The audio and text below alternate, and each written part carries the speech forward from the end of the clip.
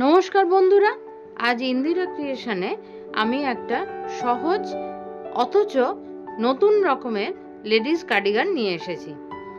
এই কার্ডিগানটা দেখতে সাধারণ হলেও এটা অভিনবত্ব আছে যে এই কার্ডিগানটা নিচে থেকে বা সামনে বা পিঠ থেকে শুরু হয়নি, এটা হাতা থেকে শুরু হয়েছে। এবার হাতা থেকে শুরু হয়ে কিভাবে এটা আমি কমপ্লিট করেছি সেটা এই ভিডিওতে দেখাবো। তাহলে চলুন ভিডিওটা শুরু করি। প্রথমে 44টা ঘর নিয়ে 20 কাটা রিপ বুনেছি। এখানে যেরকম রিপ বোনা হয় মোটামুটি সেরকম সাধারণ রিপই বুনেছি। এইবার 20 কাটা রিপ বোনার পর 4 কাটা প্লেন সোজা উল্টো বুনে নিয়েছি। রিপটার পর 4 কাটা প্লেন সোজা উল্টো বুনে আমি এখানে ডিজাইন দিয়েছি একটা, আর 4 কাটা ছাড়া ছাড়া দুপাশে দুটো করে ঘর বাড়াতে থেকেছি। এইভাবে 10 ইঞ্চি আমি করে গেছি। 10 ইঞ্চি করে যাওয়ার পর তারপরে 4 কাটা ছাড়া ছাড়া দুপাশে 5টা করে ঘর বাড়াতে লেগেছি। এইভাবে 20 ইঞ্চি করার পর 5টা করে যখন ঘর বাড়াতে লেগেছি তখন এইটা ব্যাগি হাতা শেপটা দিয়েছে। এইভাবে 20 ইঞ্চি এখানে হয়ে যাচ্ছে। এখানে হয়ে যাওয়ার পর আমি দুই দিকে 54টা করে ঘর তুলে নিয়েছি। এইবার এই 54টা ঘর তুলে নেওয়ার পর পুরোটা আমি এইভাবে ডিজাইন করে বুনে গেছি। এইভাবে পুরোটা আমি 7 ইঞ্চি বুনেছি।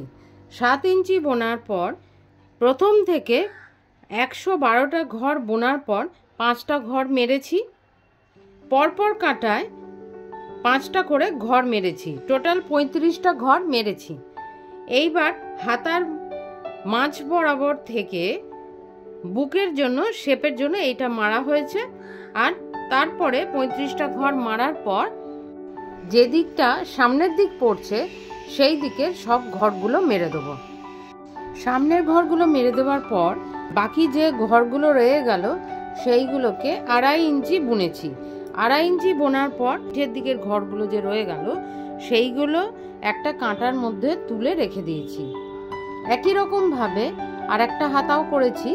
আর যখন একই রকম ভাবে যে দিকটা হাতায় মেরেছিলাম ঘর ঠিক সেই রকম ভাবে অন্য হাতাটা যখন করব ঠিক তার অপোজিট দিকটা সামনের দিক হিসেবে ধরে নিয়ে সেইভাবে ঘর মেরে একই রকম ভাবে রাখবো।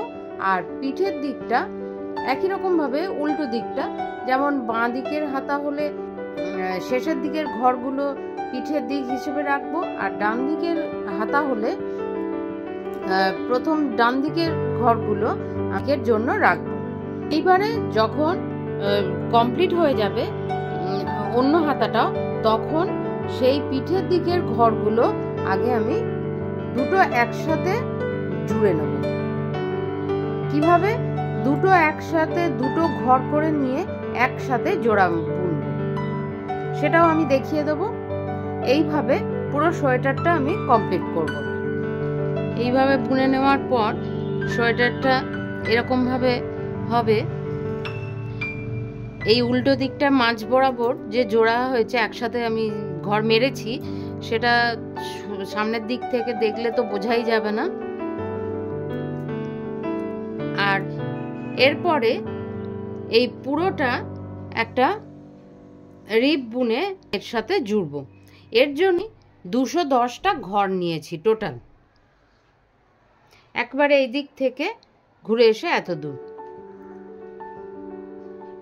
যতটা পর্যন্ত সোয়েটারটা ততটা পর্যন্ত এই 210টা ঘর আমি আলাদা কাঁটায় বুনে 20 কাটা যেরকম হাতে রিপ বুনেছিলাম সেই একই রকম ভাবে 20 কাটা রিপ বুনবো। বুনে ঘর মেরে দেবো। তারপরে সেই রিপটা গোটা রিপটা এর এই সোয়েটারটার সাথে প্রথমে জুড়ে নেব। এই যে এইখানে এইভাবে জুড়ে নিয়েছি। এইভাবে জুড়ে নেব। প্রথমে তলার রিপটা জুড়ে নেব। এরপরে এই যে বোতাম পটির জন্য যে রিপটা আছে সেই রিবটা আলাদা করে 12টা ঘর নিয়ে আমি এই রিবটা বুনবো। আর এই রিবটা পুরো লম্বা করে বুনে যাব। আর যখন বুনতে থাকবো তখনই খানিকটা বোনা হয়ে যাওয়ার পর আমি এইভাবে জুড়তে থাকবো। জুড়তে জুড়তে একটু টান করে এখানে জুড়তে হবে। আর এইভাবে টান করে জুড়তে জুড়তে যাব।